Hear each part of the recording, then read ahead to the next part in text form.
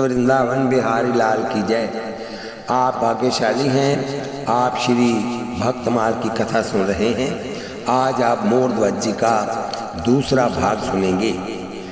भगवान कृष्ण और अर्जुन दोनों वेश बदलकर जब राजा के पास पहुँचे तो राजा ने हाथ जोड़ करके कहा, मुझे सेवा बताइए, आपकी क्या सेवा करूं, आप क्या चाहते हैं। तो भगवान कृष्ण ने जो वेश बदले हुए थे कहा, राजन हम जो भी वस्तु मांगे पहले तुम उसे देने की प्रतिज्ञा करो। राजा ने कहा, प्रभु मैंने प्रतिज्ञा कर ली, जिस प्रकार से आपको सुख होगा हम वही करेंगे और वही हमें प्रिय होगा। वृद्ध ब्राह्मण ने कहा, मैं वन के मार्ग से आ रहा था, वहाँ एक रास्ते में सिंह मिला, वह इस बालक को खा जाना चाहता था। मैंने उससे कहा, तुम मुझे खा लो और इसे छोड़ दो। उसने कहा, नहीं, मुझे तो इस बालक का ही मांस ही प्रिय है। मैंने कहा, ऐसा मत करो, किसी प्रकार इस बालक को छोड़ दो। उसने कहा, यदि राजा मोर ध्वज का आधा शरीर आवे तभी मैं उसे खाकर इसे छोड़ सकता हूँ। ऐसा उस सिंह ने कहा है। इतने में रानी बोल उठी, मैं राजा की अर्धांगिनी हूँ, मुझे सिंह को अर्पण कर दो। राजा के पुत्र ने कहा, इस बालक के बदले में मुझे बालक को अर्पण करना सिंह के लिए अति प्रिय होगा। ब्राह्मण देव बोले, सुनो, भूली हुई एक बात और याद आ गई। अभिमान सिंह है जो भगवान के साथ आया था, साधक च्युत कर देना ही खा जाना है। भाव ये कि अभिमान होने पर साधक अपने साधक से भ्रष्ट हो जाता है। खावो मोही नहीं भाई है। भाव ये कि भगवान सर्वथा अमानी है। अभिमान कभी छू भी नहीं जाता, इसी से अच्युत है, क्योंकि च्युत करने वाला तो अभिमान ही है। जैमिनी याशव मेघ वर्ण में लिखा है कि श्री मोर ध्वज ने के पूछने पर ब्राह्मण रूपी रूपधारी भगवान ने अभीष्ट अभिव्यक्त करते हुए कहा, राजन मैं जिस कार्य के लिए आपके पास आया हूँ उसका वर्णन करता हूँ। सुनिए, मैं अपने पुत्र का विवाह करने के लिए परम रमणीय धर्मपुर से रवाना हुआ हूँ। मार्ग में मैंने सुना कि आपके इस नगर में कृष्ण शर्मा नामक ब्राह्मण रहते हैं, वह आपके पुरोहित हैं। उसके एक कन्या है, वह माननियों का समाधार करने वाले हैं, अतः अपनी कन्या मेरे पुत्र के लिए दे देंगे। ऐसा विचार करके मैं पुत्र को साथ ले आपके नगर की ओर आ रहा था। तब तक मार्ग में भयंकर वन में पहुंचने पर वहां क्रोध में भरा हुआ एक सिंह मिला। उसने मेरे देखते देखते मेरे तरुण पुत्र को पकड़ लिया। उसे छुड़ाने का मैंने बहुत प्रयत्न किया। मैंने उसे अपना शरीर देना चाहा तो उसने कहा, तुम्हारा शरीर तो तपस्या से दग्ध एवं वृद्ध हो चुका है, अतः ये मुझे पसंद नहीं है। मैंने उससे कहा कि तुम दान से, तपस्या से अथवा किस उपाय से मेरे पुत्र को छोड़ सकते हो, सो कहो। नृप आदि जो शरीर आवे, इससे परीक्षा की कठोरता दर्शाई गई। पूरा शरीर दे देना सरल है, जैसे शिव जी ने कबूतर के प्राण बचाने के लिए अपना पूरा शरीर दे दिया था, परंतु आधा देने वाली बात तो बड़ी कठिन है। बोलिए वृंदावन बिहारी लाल की जय। देव पितर और अतिथि का पूजन और सत्कार ताकि आधे पुण्य में पतिव्रता अधिकार।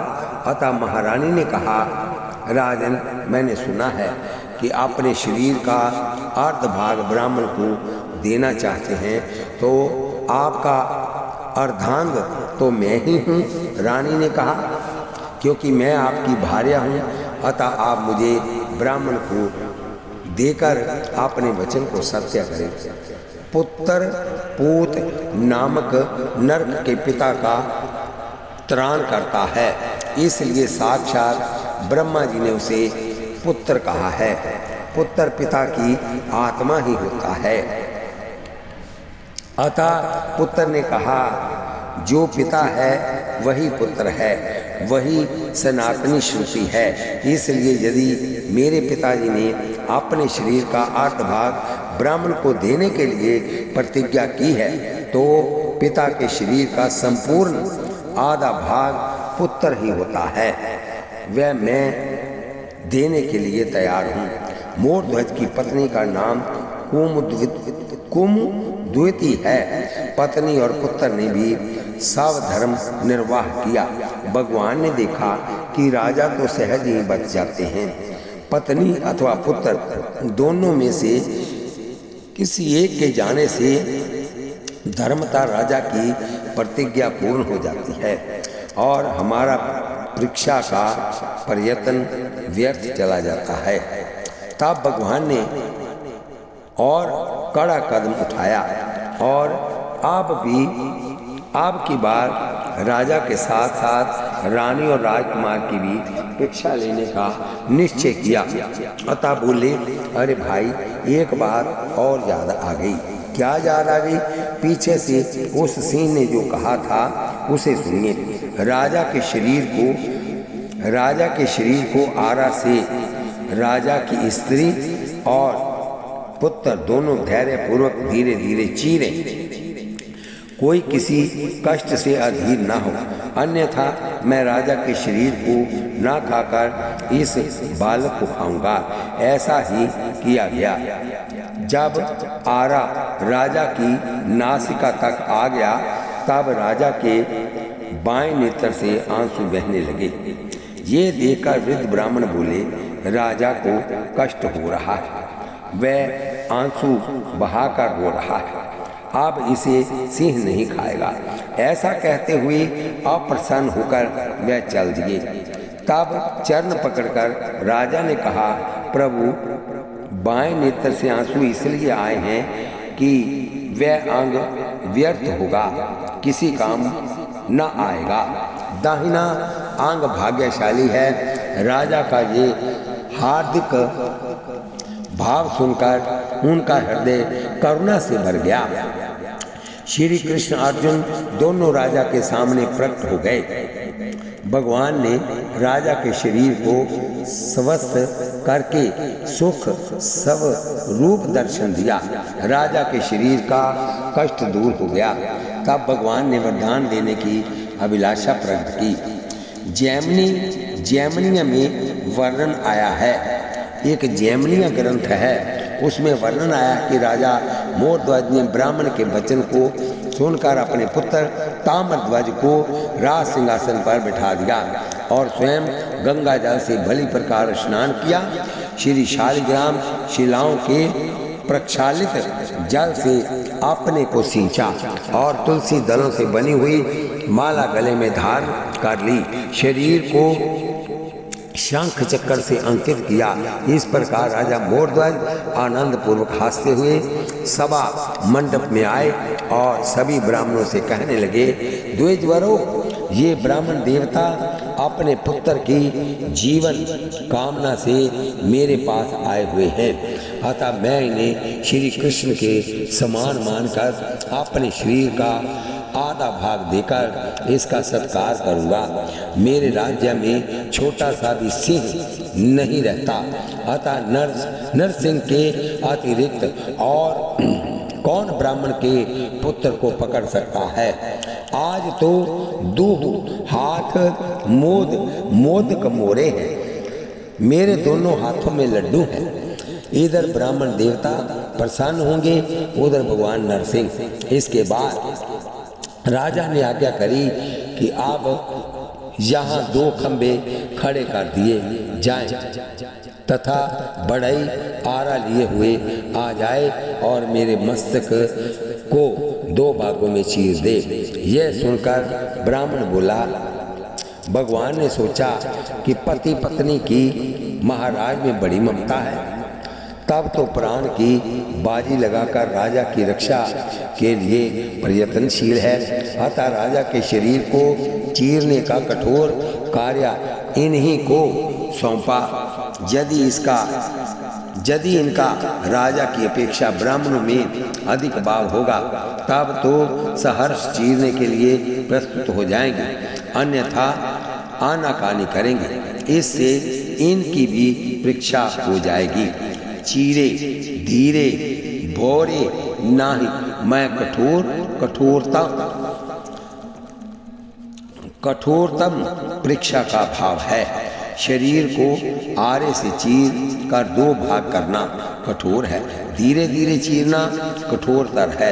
एक बार भी किसी तीक्ष्ण धार वाले आयुध से 2 टुकड़े कर देना उतना क्लेश कर नहीं है, और इसमें भी खेद न होवे। ये कठोरतम कार्य है। जबकि इस बात को सुनने मात्र से प्रजा में हाहाकार मच गया था। महाराज मोरध्वज धैर्यपूर्वक केशव राम नरसिंह आदि भगवान के मंगलमय नामों का जप करने लगे। हाथ में आरा लिए हुए राजकुमार ताम्रध्वज सन्मुख थे, रानी पीछे थी। ये भी भगवान का स्मरण करके धीरे धीरे आरा चलाने लगे। श्रद्धाहीन दान का देना और लेना दोनों ही व्यर्थ हो जाते हैं। अतः चलें। शापत विपर पूज्या आस गवनी संता सो सुनाए बैन। रानी ने राजा के विधीर्ण भय मस्तक को दोनों हाथों से थाम लिया। तब राजा बोले आंसू होते तो दोनों नेत्रों में आंसू होते। राजा मोरध्वज ने कहा, ब्राह्मण, मैंने सोचा कि मेरे दक्षिण आंग तो ब्राह्मण के कार्य में लग जाएगा, इसलिए इसका तो उत्तम उपयोग हो गया, परंतु आधा वाम अंग में यूं ही व्यर्थ फेंक दिया जाएगा। इसी कारण मेरे बंदे नेत्र में आंसू आ गया, बाएं नेत्र में आंसू आ गया। विपर भर मुझे तीक्ष्ण धार वाले आरे से चीरे जाने पर वैसी व्यथा नहीं मालूम हुई जैसी यहाँ अपने बाएं अंग के ब्राह्मण से मुख हो जाने से हो रही है।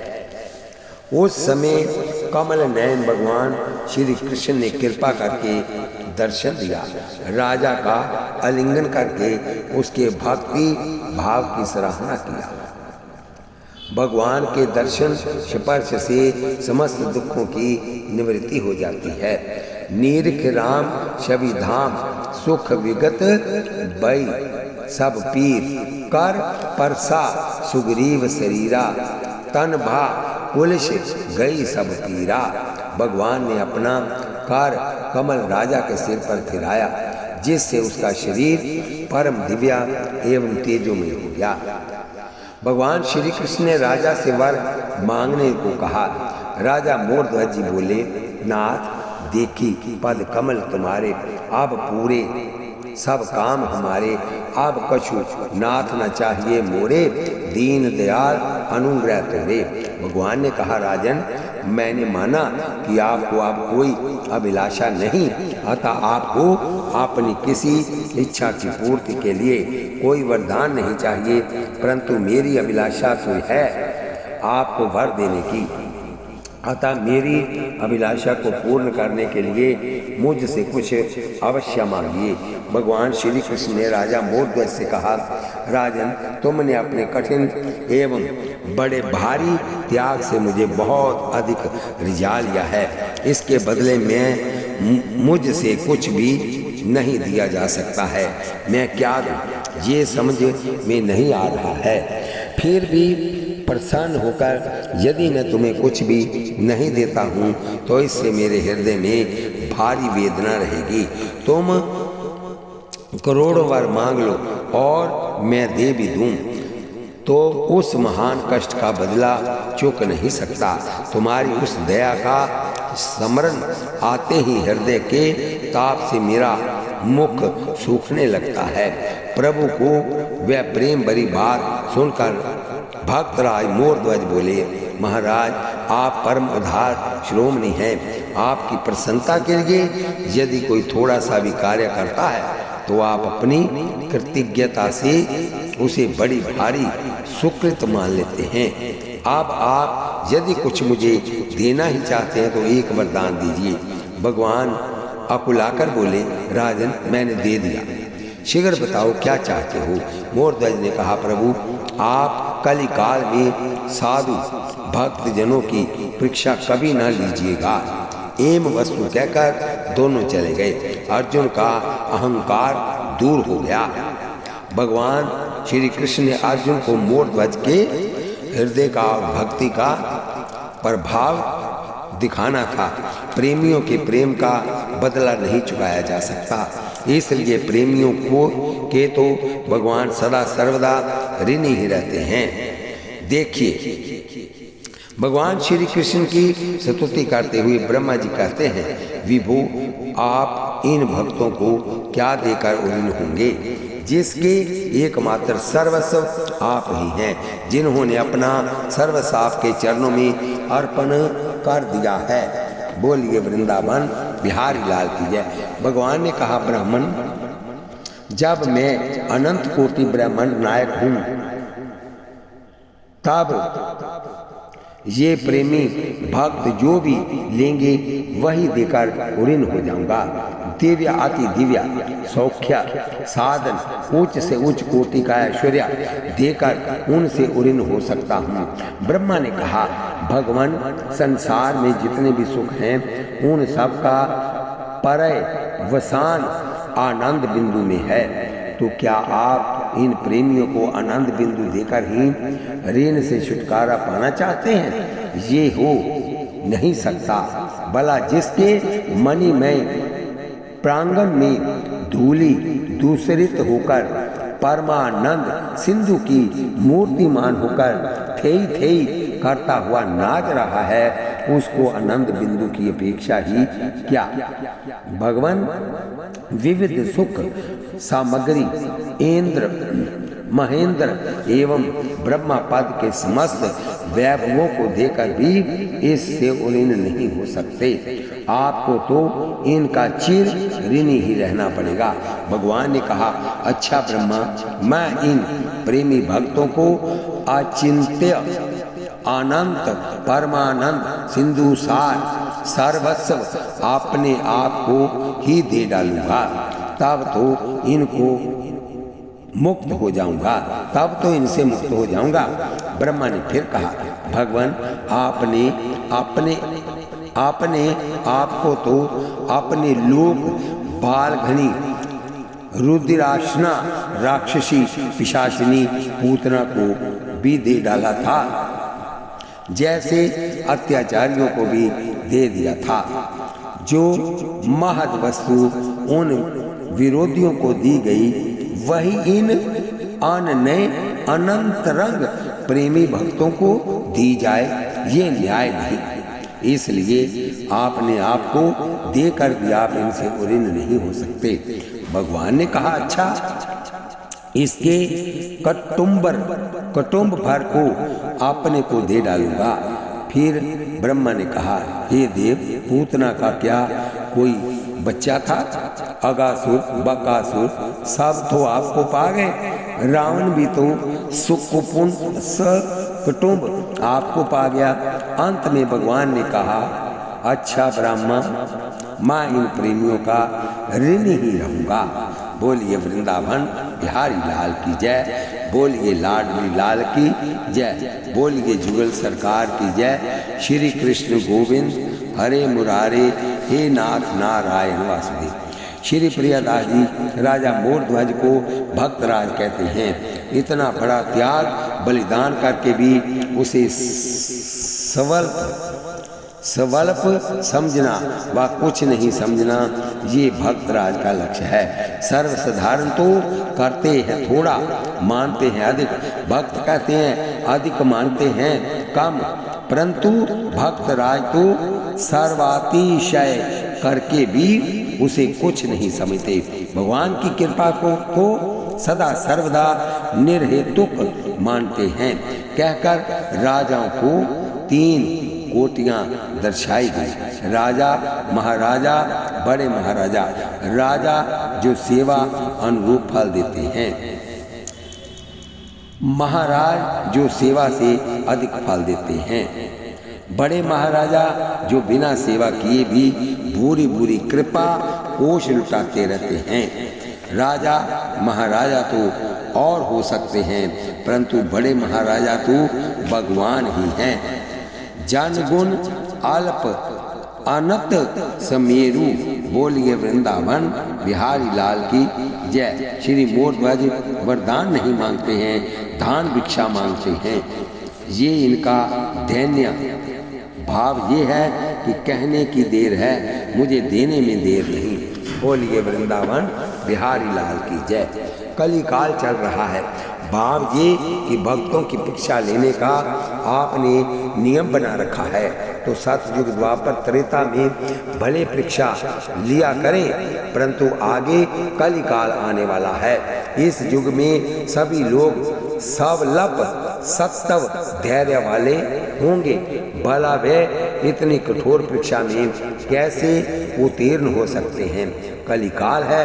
कलि केवल मल मूल मलिना पाप पयो निधि जन मन मीना।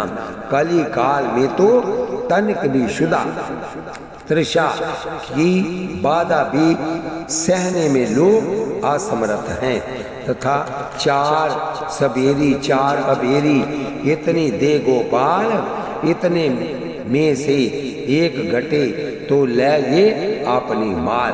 बोलिए वृंदावन बिहारी लाल की जय। भगवान श्री कृष्ण ने मोरध्वज का मनोवांछित पूर्ण किया। तत्पश्चात बोले, महामते महान आत्मबल से संपन्न आपने अपनी निष्ठा से मुझे जीत लिया है, अतः मैं आपके यज्ञ में कर्मचारी होकर कार्य करूंगा। एक तो मैं यूं ही भक्त पराधीन हूँ, दूसरे तुम्हारे पुत्र ने मुझे संग्राम भूमि में जीत लिया है, तीसरी आपकी निष्ठा ने मुझे बिना धाम का चेहरा बना लिया है। भगवान उसके नौकर।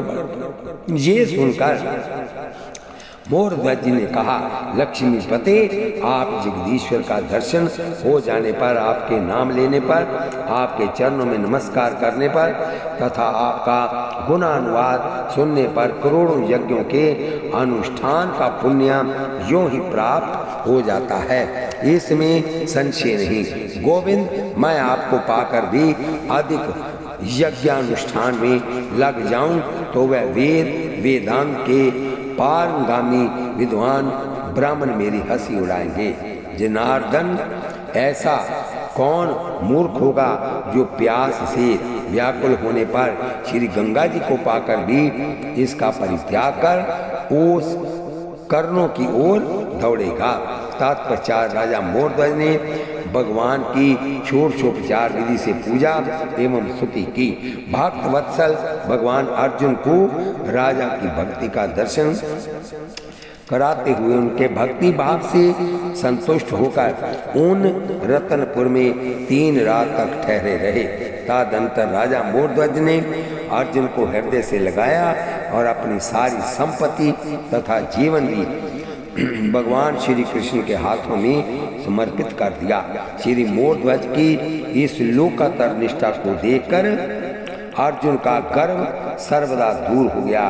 भगवान की कृपा को मुख्य पाने और हाथ जोड़कर अत्यंत दीन होकर भगवान से बोले, बोलिए वृंदावन बिहारी लाल की जय।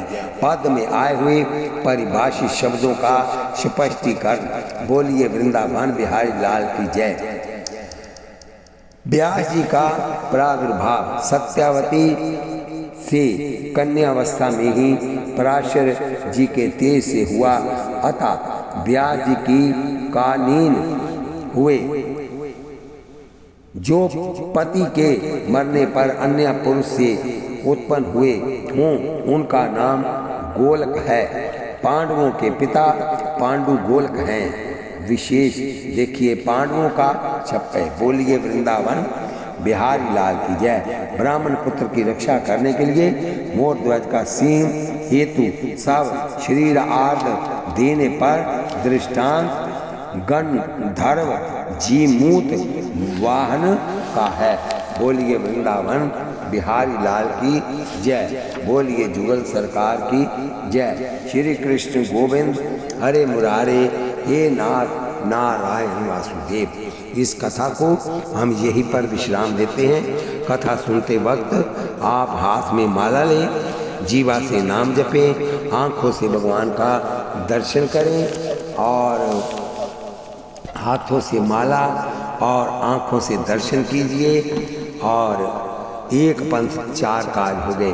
कथा सुनते वक्त इसको सब्सक्राइब लाइक शेयर कीजिए। शेयर की हुई कथा आपकी जहाँ तक जाएगी, जो लोग उसको सुनेंगे उसका आधा फल आपको भी प्राप्त होगा। बोलिए वृंदावन बिहारी लाल की जय। भक्त बनने के लिए, भक्ति बढ़ाने के लिए भक्तों की ही कथा सुनिए कि भक्तों ने भगवान के लिए अपने आप को कैसे समर्पण कर दिया। बोलिए वृंदावन बिहारी लाल की जय।